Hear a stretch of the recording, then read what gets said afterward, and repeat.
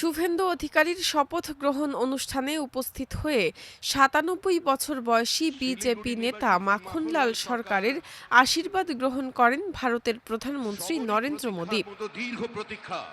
তিনি প্রবীণ নেতাকে আলিঙ্গন করেন এবং শ্রদ্ধাস্বরূপ তার পায়ে হাত দিয়ে প্রণাম করেন।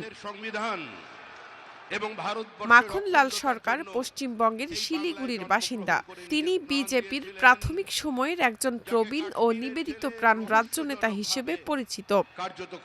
প্রধানমন্ত্রী মোদী সামাজিক যোগাযোগ মাধ্যমে পোস্ট করে বলেন, আজ পশ্চিমবঙ্গে প্রথমবারের মতো বিজেপি সরকার শপথ নিচ্ছে।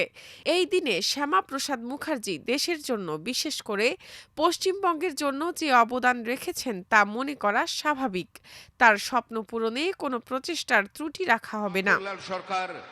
৯৭ বছর বয়স হয়েছে তার। মোদী লেখেন, পশ্চিমবঙ্গে বিজেপি সরকার গঠনের এই মুহূর্ত শ্যামাপ্রসাদ মুখার্জির স্বপ্ন পূরণের পথে একটি গুরুত্বপূর্ণ অধ্যায়। তার আদর্শ বাস্তবায়নে কোনো প্রচেষ্টার ঘাটতি রাখা হবে না বলেও উল্লেখ করেন তিনি।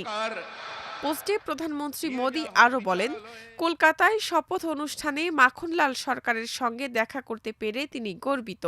মোদী লেখেন, মাখনলাল সরকার একজন নিবেদিত প্রাণ জাতীয়তাবাদী, যিনি ডক্টর শ্যামাপ্রসাদ মুখার্জির সঙ্গে কাজ করেছেন এবং একসময় জম্মু কাশ্মীরে গ্রেপ্তারও হয়েছিলেন।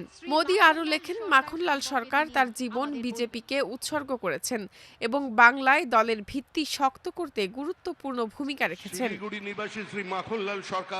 সবশেষে প্রধানমন্ত্রী লেখেন, বিজেপি গর্বিত এমন প্রবীণ ও অনুপ্রেরণাদায়ী ব্যক্তিদের নিয়ে, যারা সংগঠনকে শক্তিশালী করতে আজীবন কাজ করে গেছেন। যিনি ভারতের সংবিধান এবং ভারত